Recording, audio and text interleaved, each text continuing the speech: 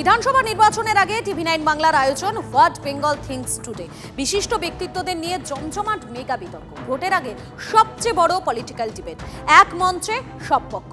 সাম্প্রতিক ইস্যুতে তর্কের তুফান। টিভি9 বাংলার managing editor and business head Amritanshu ভট্টাচার্যের মুখোমুখি কেন্দ্রীয় শিক্ষা প্রতিমন্ত্রী সুকান্ত মজুমদার।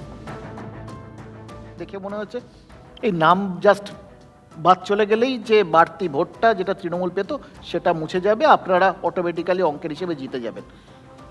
এই অঙ্কটাই, এত সহজ করে দেখা অঙ্কটা, এটা কষতে গিয়ে আসল জায়গা থেকে কি আপনারা সরে গেছেন? দেখুন, যে ইস্যুগুলোর কথা বলছেন, যে 26,000-এর চাকরি চলে যাওয়া বা অবহেলার কাণ্ড, আরজিকর কাণ্ড থেকে শুরু করে যে সমস্ত ঘটনাগুলো ঘটেছে, প্রত্যেকটি ইস্যু আছে। সেই ইস্যু নিয়ে আমরা মানুষের কাছে যাচ্ছি। আমরা এক একটি জায়গায় চার্জশিট, বিধানসভা ধরে আমরা চার্জশিট দিচ্ছি। তার পরিপ্রেক্ষিতে আজকে বিজেপির নেতার বিরুদ্ধে তৃণমূল কংগ্রেসকে চার্জশিট দিতে হচ্ছে। কেন? কারণ তারা বুঝতে পারছে যে তাদের যে জায়গাগুলোতে আমরা আঘাত করছি, মাননীয় প্রধানমন্ত্রী একটি চিঠি দিয়েছেন, তার পরিপ্রেক্ষিতে বেআইনিভাবে তৃণমূল কংগ্রেস প্রধানমন্ত্রীর নামে তার ছবি দিয়ে চিঠি বের করছে। কতটা দেউলিয়া হলে সেটা করতে হয় একটি রাজনৈতিক দলকে। তাতেই কি আপনারা জিতবেন?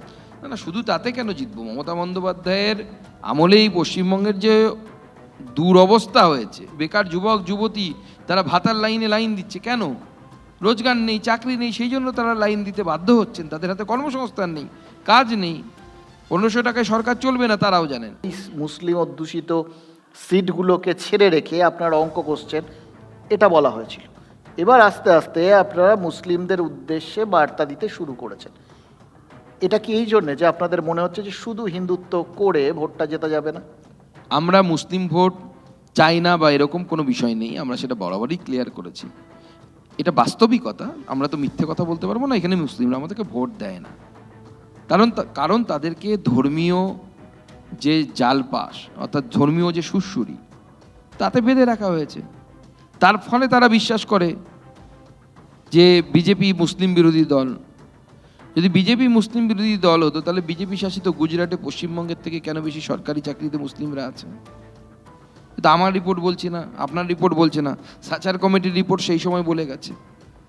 আমরা চাই মাননীয় প্রধানমন্ত্রী যে পথ দেখিয়েছেন, বলেছেন মুসলিম যুবকদের জন্য এক হাতে কোরআন, এক হাতে কম্পিউটার, এই ধরনের মুসলিম যুবক তিনি দেখতে চান।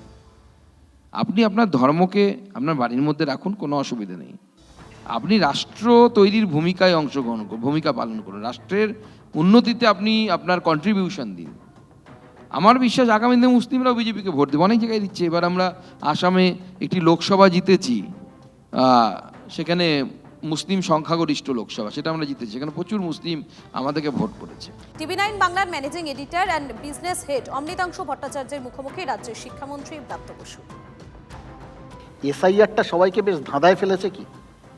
এটা ঠিকই যে আজকে শহরে ভূমিকম্প হয়েছে, শহরে বড় বড় বহুতল দোদুল্যমান কাঁপছে।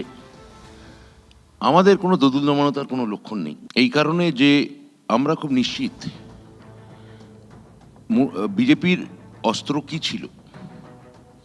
মমতা বন্দ্যোপাধ্যায় বা তৃণমূল কংগ্রেসকে ক্ষমতাচ্যুত করার জন্যে একটা অস্ত্র ছিল সিবিআই, ইডি, ইনকাম ট্যাক্স, যেগুলো মহারাষ্ট্রে গিয়ে শিবসেনা বিরুদ্ধে কাজ করে। আজকেই অরবিন্দ কেজরিওয়াল এবং মনীষ সিসোদিয়া তারা জামিন পেয়েছেন এবং কঠিন ভৎসনা করেছেন বিচারক সিবিআইকে, এবং একথাও বলেছেন আপনাদের কাজটা তো হয়ে গেছে। তার মানে কি ভোটের আগে অরবিন্দ কেজরিওয়ালকে জেলে থাকতে হবে, ভোটের আগে হেমন্ত সোরেনকে জেলে থাকতে হবে, তবে বিজেপি ভোট করবে। আর একটা অস্ত্র বাংলার ক্ষেত্রে দেখা যাচ্ছে যে এগুলো দিয়েও কিছু হচ্ছে না, তখন এসআইআর। এখন এটা আমাদের এখন ওটা যেটা ভুলে গেছে যে এটার উত্তর একটাই বাংলাতেই বলতে হবে।